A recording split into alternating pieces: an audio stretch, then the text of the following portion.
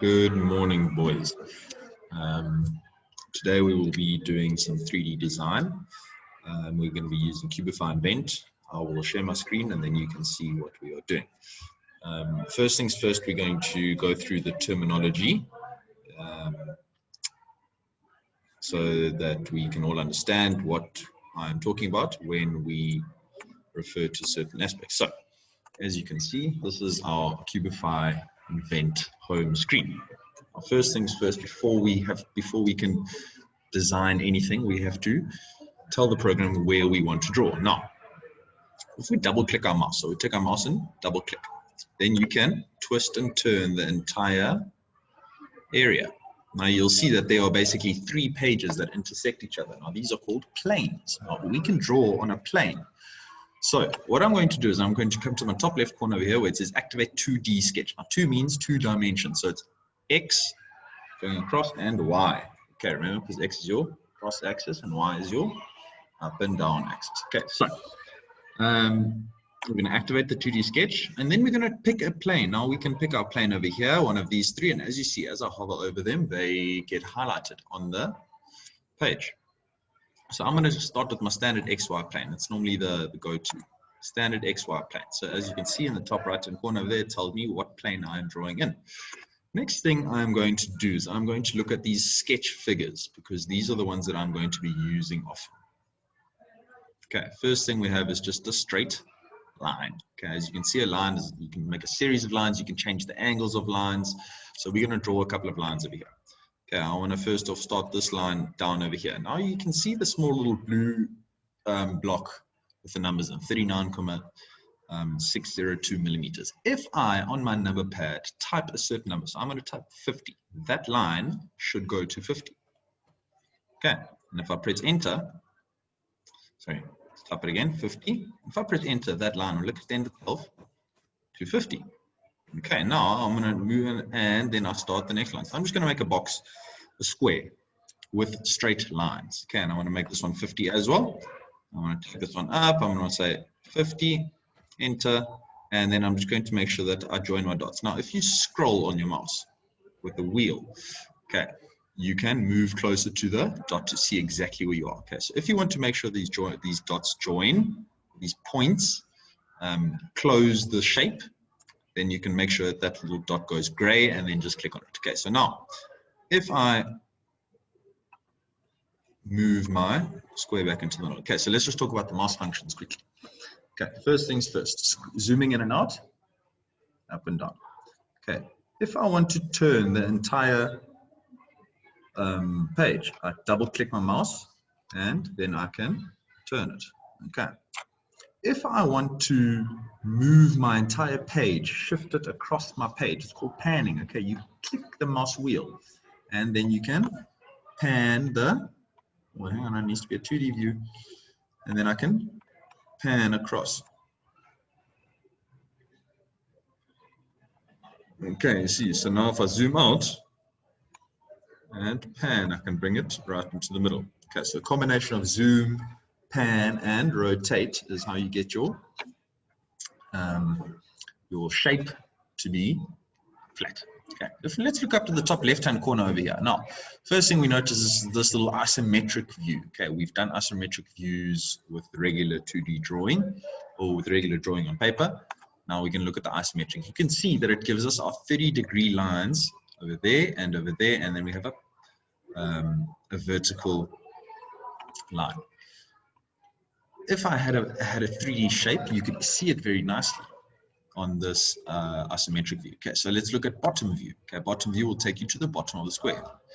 If you hover over it, this one will say front view. So it should show me my square flat on. There we go. Okay, so we are moving on from our square. What can we make from a square that has more than 2 dimensions? Okay, so now we're moving into the 3D part of it. Okay, the third dimension. The third dimension is the Z-axis. Okay, so let's hover our mouse over here on the Z-axis. Okay, if we click on the Z-axis and we turn, you can see that the Z-axis will extend away from or towards you. Okay, so we're going to go extrude. We're going to click on that little button that says extrude. Extrude means to make more, to push it out, or to pull it in. Okay, now we're going to go extrude and add material. Very important to add material because we don't have any material yet. So we're going to add material. Okay, with this the little extrude window over here, we're going to click sketch 1. So in the sketch block over there, it must be sketch 1 so that it knows what sketch to extrude. Then, let's just move this block around so that we can see what's happening. You have two options. You can either drag to change the size of your rectangle, or you can determine the depth accurately by using the numbers. So we're going to make this a cube. So it's going to be 50 millimeters. There we go. So as you click enter, you can see that my cube gets created. If you happen to make a mistake with this extrusion, you can right click on your extrusion in your Invention Explorer and you can edit. Okay. Then you can come back and you can either change the depth, keep it the same. Interesting thing here, you can also change what's called a draft angle. So from having a regular rectangle, you can extend it so that it gets bigger at the one end or smaller. So you can decrease your draft angle and you can see that the extruded face becomes smaller. So let's cancel that and keep our face regular. Okay, so there is a cube. What we're going to do now is we're going to draw on a face. Whenever you have a flat surface, we can call that a plane, and you can draw on that plane. So what we're going to do is we're going to pick one of these planes. See as it highlights itself light blue. I'm going to right click on it and then I'm going to say activate 2D sketch. Once I've activated the 2D sketch, then I can draw on it. Okay, my goal for this part is to put a hole through the middle of my square. So first things first, how do I find the middle? This is where you need to get creative. Okay, so my choice is to do a reference line. Okay, I can take a reference line from corner to the corner. Okay, if we can't find these corners very nicely, we just zoom in and that should help. Okay, so corner to corner. There we go, that's perfect. Okay, then I'll zoom out again, press escape, and start a new reference line. Okay, reference line again, and I'll go to my corner, and start it there. Okay, zoom out, pan it across so you can see this corner nicely, and whack that reference line into this corner. Now, if I have a square, I know for a fact that my square, the diagonals meet at the middle. So if I take my circle function, also these are another 2D sketches over here. If I take that and I hover over the top of where the cross is, you can see that there's a node or a small point. I'm going to click on that point and I'm going to extend. Now, as you can see, the numbers on the right hand side again is telling you the diameter, not the radius, the diameter of your entire circle. We're going to make it a nice round number. If the square is 50, let's make it 25. Okay. We're going to press enter, and now you can see, once I deactivate my sketch, that I have a 2D sketch, only two dimensions, X and Y, on a 3D shape. Okay, so what we're going to do now is we're going to cut, like we said, we're going to cut a hole through the middle of this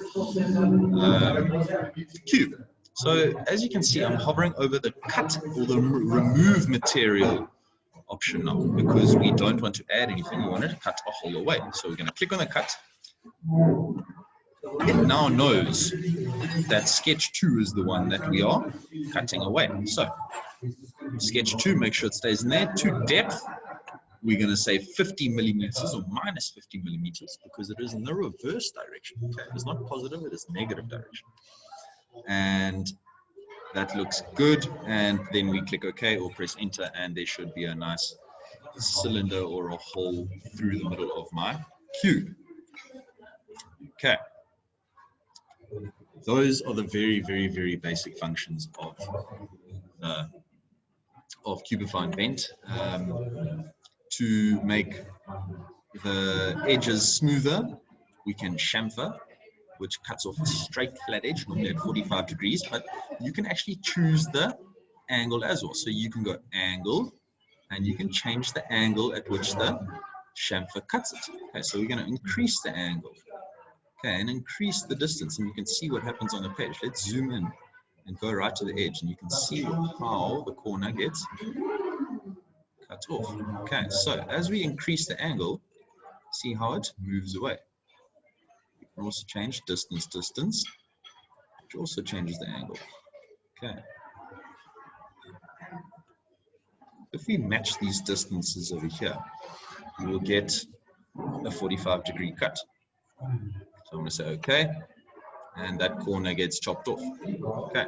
There's one more method we can use to smoothen. Okay, now this is called filleting. So if I've already got a sharp corner or a vertex, I can click on that vertex again, and it'll round that corner off for me. Okay, and I'm going to make this one nice and round around the corner, so we can increase the distance to about halfway of the corner. So we want to match to about there. Let's go 4.5. 4.5 looks good. Okay, and now at the same time we're going to click the other vertex. We're going to increase them, and then they will meet in the middle, and it should be a nice rounded corner on the vertex of my one back. And okay, there we go. Okay, so now you can see that there's a small flat little bit there. Okay, so what we're going to do is we're going to go back to that fillet. We're going to edit it a little bit, and we're just going to go one more, and they should overlap each other now. There we go.